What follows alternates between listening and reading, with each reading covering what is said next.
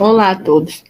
Bom, hoje viemos apresentar o nosso e-book referente à disciplina de processamento tecnológico de produtos agropecuários e o tema pelo qual ficamos responsáveis foi o processamento tecnológico de frutas e hortaliças. Aqui nós temos o sumário, exemplificando os produtos que nós realizamos no e-book. E o nosso primeiro produto são as conservas. Bom, a classificação das conservas pode ser simples, mistas ou miscelâneas, dependendo da quantidade de compostos, como a gente pode ver no canto superior direito da imagem. E o processo é basicamente a colheita, seleção dos materiais, a pré-lavagem, retirada das cascas, se você quer, no caso, produtos sem cascas, cortes, que é o que vai dar uma imagem ao produto, né? Se você quer ele inteiro ou em pedaços, o pré-cozimento, embalagem, a colocação de aditivos para conservar ou aumentar a crocância, dependendo do vegetal que você está utilizando, e o fechamento e tratamento térmico, né? Para evitar a proliferação de micro-organismos indesejáveis. Os azeites, basicamente, em base ao azeite de oliva, obtido pelo produto do fruto da oliveira, extraído de todo ou qualquer óleo, obtido pelo uso de solvente, né, e por alguns processos, como reesterificação, por exemplo. Esse processo ele é feito basicamente com a colheita do vegetal, a trituração, bateção, centrifugação, a filtragem para separação do óleo e o invásio e etiquetamento, né? É um processo bem simples. Os óleos e gorduras são outros produtos, né? No mais é importante diferenciá-los. Os óleos são ricos em ácidos graxos insaturados, presença de ligações duplas e são de consistência líquida. As gorduras têm ácidos graxos saturados, ligações simples e são sólidas, né, em temperatura ambiente.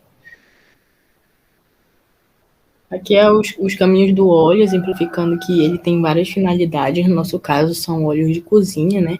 Que podem ser retirados aí de diversas plantas, podem ser sementes, como buriti, mamona, soja, canola, coco. E o processo do óleo, de maneira bem geral, basicamente, é feita a degomação, o refinamento, clareamento e hidrogenação, que é o que o diferencia da gordura, desodorização, resfriamento e interesterificação, que é para dar consistência ao óleo. Ele pode ser classificado como prensado a frio, refinado ou...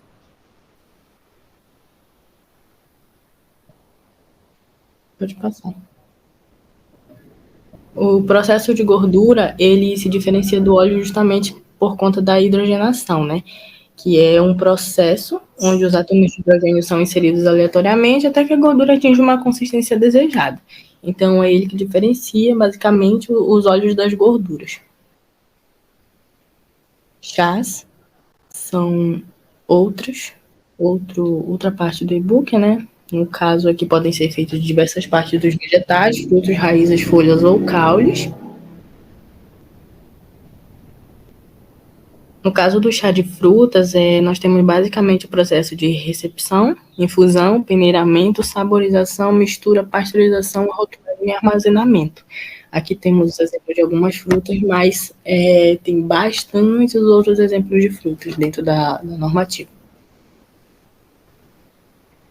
E aqui o processo para chás de folhas, caules e raízes, que são as outras partes da planta, né? Basicamente, a colheita, murchamento, cozedura ou torradura, desumificação, vaporização, que é uma primeira, uma segunda vaporização, a secagem e a cortagem, peneiragem e a embalagem.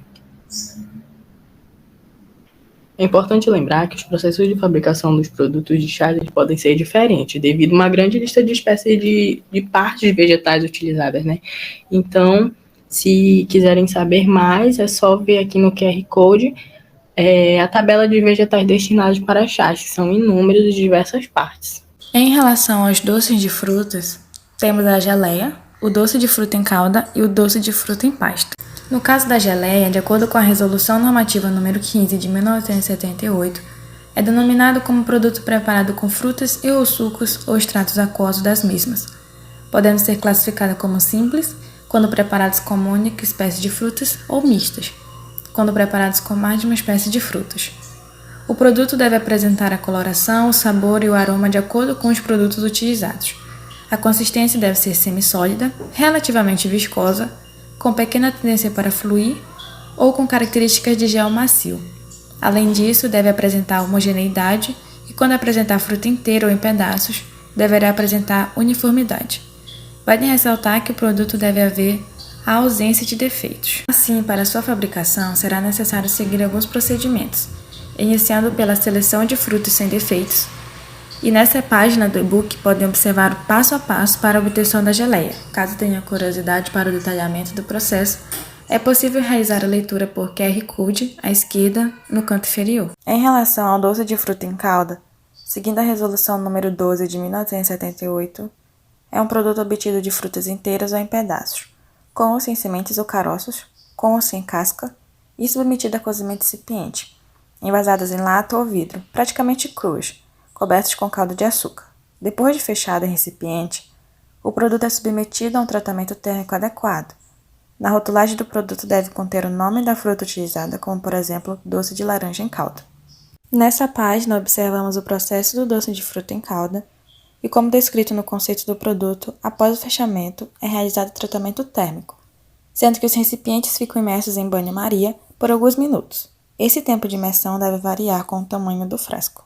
Em relação ao doce de fruta em pasta, de acordo com a Resolução Normativa número 9 de 1978, é um produto resultante do processamento adequado das partes comestíveis, desintegradas de vegetais com açúcares, com ou sem adição de água, pectina ajustador do pH e outros ingredientes e aditivos permitidos por estes padrões, até uma consistência apropriada, sendo finalmente acondicionada de forma a assegurar sua perfeita conservação.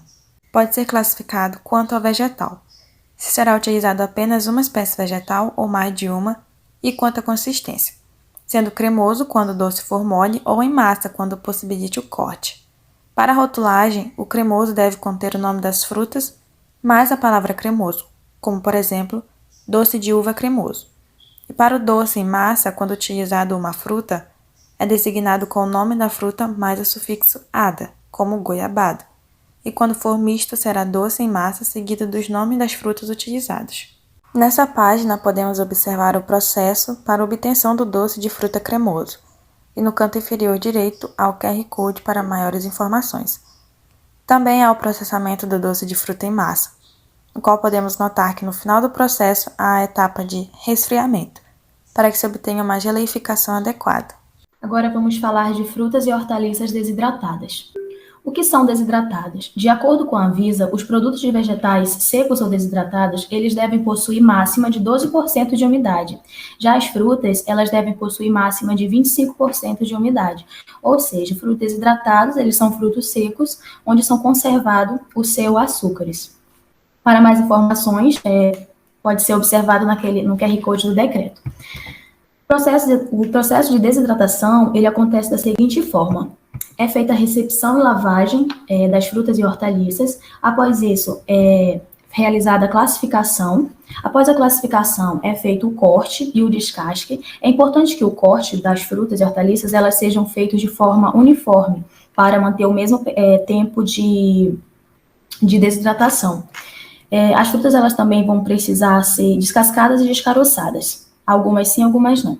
Após isso, é feito o processo de sulfitação, que é para evitar o escurecimento das frutas. Depois, as frutas elas são levadas para secar em estufa a 50 graus Celsius. O tempo vai depender do material utilizado. Após a secagem, é realizada a seleção e após o esfriamento, elas são embaladas. Agora vamos falar sobre sucos de frutas. O que são sucos de frutas? De acordo com o artigo 20, o suco é uma bebida produzida através de líquidos extraídos das frutas, misturados a água, açúcar ou adoçantes. Para mais informações, tem o QR Code da instrução normativa. Existem diversos tipos de sucos, tais como sucos de frutas, sucos integrais, sucos conservados, sucos reconstituídos, sucos concentrados, sucos desidratados, refresco e néctar. Bom, como processamento, primeiro é a recepção da matéria-prima, após isso é feita a seleção dos frutos, após a seleção é feita a lavagem e os cortes dos frutos que são precisos cortar, após o corte é feita a extração do sumo da fruta, após a extração é feita a classificação, onde passa por processos físicos, enzimáticos e químicos, após a classificação é realizada a filtração e após a filtração é realizado o processo de desaeração, que é a retirada dos gases não condensáveis dissolvidos na água. Após esse processo é feita a formulação, que é a mistura do suco, água, açúcares ou algum outro aditivos. Após essa formulação, eles são embalados para melhor conservarem. Para a polpa de fruta, de acordo com o decreto número 10.026, é um produto não fermentado, não concentrado, obtido de fruta polposa, por processo tecnológico adequado, atendido o teor mínimo de sólidos em suspensão. Na embalagem, quando a polpa conter apenas uma espécie, deve apresentar a palavra polpa, seguindo o nome da fruta. Quando houver mais de uma espécie, deve ser designado de polpa mista, seguido do nome das frutas ou vegetais, em ordem decrescente das quantidades. Nessa página, observa-se o processamento da polpa de fruta no canto superior direito. O QR Code é destinado ao documento descrevendo detalhadamente o processo. Agora vamos falar um pouco sobre os molhos. O que são molho? De acordo com a Lei 276, são produtos em forma líquida, pastosa, emulsão ou suspensão de base de especiarias, temperos ou outros ingredientes, fermentados ou não, utilizados para preparar ou agregar sabor aos alimentos e bebidas. Existem diversos tipos de molhos, tais como molho de pimenta, molho pesto, molho vermelho, molho tártaro, molho de alho, molho de ervas finas, guacamole e entre outros. Processamento do molho. Primeiro é feita a recepção da matéria-prima, após isso é feita a seleção e a classificação, após esse processo é feita a lavagem, após a lavagem, a matéria-prima, seja fruta ou hortaliça, ela é triturada, após a trituração, ela é colocada para cozimento e apuração. É levada a fogo a 180 graus Celsius, e nesse processo pode ser adicionado também outros tipos de tempero, como hortaliças folhosas, entre outros. Após esse processo, é deixado esfriar, e após isso, eles são embalados. Na extração de extratos, de acordo com a Resolução Normativa número 12 de 1978, o extrato de tomate é o produto resultante da concentração de frutos maduros e são de tomateiro solano Lycopodium, por processo tecnológico adequado, na qual pode ser classificado como purê de tomate simples, concentrado, duplo concentrado e triplo concentrado. O processo produtivo de extrato de tomate inicia-se com o recebimento da matéria-prima e a seleção dos tomates. Após a seleção dos frutos, eles são enviados para a lavagem, e após realiza-se o enxágue desses frutos. Em seguida, é realizado o processo de trituração dos frutos de tomate e em seguida ocorre o seu processo de separação da polpa, sendo levado para a despolpadora. E é feito o processo de evaporação para concentrar o extrato de tomate e proporcionar. Após a evaporação, a polpa de tomate é transferida para um recipiente chamado agitador. Depois da operação de mistura, o produto passa por uma cozedura e homogeneização. Porém, o processo de cozedura ao qual o produto é submetido não é suficiente para controlar os micro-organismos. Sendo assim, preciso fazer a pasteurização. Após a pasteurização, efetua-se o enchimento das respectivas embalagens e, por fim, vem o processo de estocagem do produto. Na produção de xaropes e hortaliça, o xarope é um produto não gaseificado, obtido pela dissolução em água potável de suco de fruta, polpa ou parte do vegetal e açúcar, em concentração mínima de 52% de açúcares, a 20 graus Celsius. Os xaropes são classificados como xarope de suco ou squash, xarope de extrato, ou xarope artificial. E os seus processos produtivos consistem em seleção, lavagem, corte, descarte, trituração, filtração, preparo da calda, resfriamento e embalagem. E, por fim, vamos falar dos corantes.